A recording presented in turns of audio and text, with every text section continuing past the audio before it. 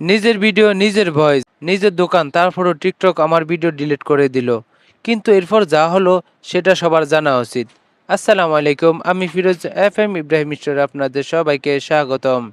আমি একজন ছোট মুদি দোকানদার। প্রতিদিন নিজের দোকান থেকে নিজের মোবাইলে ভিডিও করি, নিজের কণ্ঠে কথা বলি এবং ব্যবসা শেখানোর চেষ্টা করি। কিছুদিন আগে আমি একটি ভিডিও আপলোড করলাম। ভিডিও টাইটেল ছিল আপনার দোকানের বিক্রি বাড়ানোর 3টি সহজ উপায়।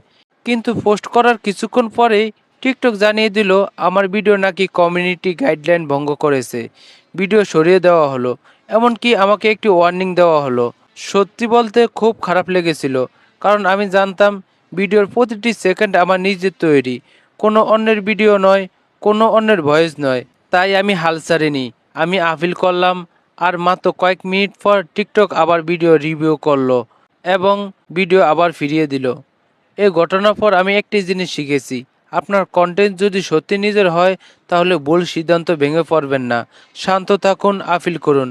আপনার সাথে কি কখনো এমন হয়েছে? কমেন্টে লিখে জানান।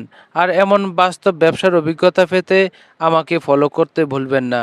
আর আমার ভিডিও যদি আপনাদের ভালো লাগে তাহলে লাইক, কমেন্ট, শেয়ার দিয়ে আমার সাথে থাকুন। ধন্যবাদ। আল্লাহ হাফেজ।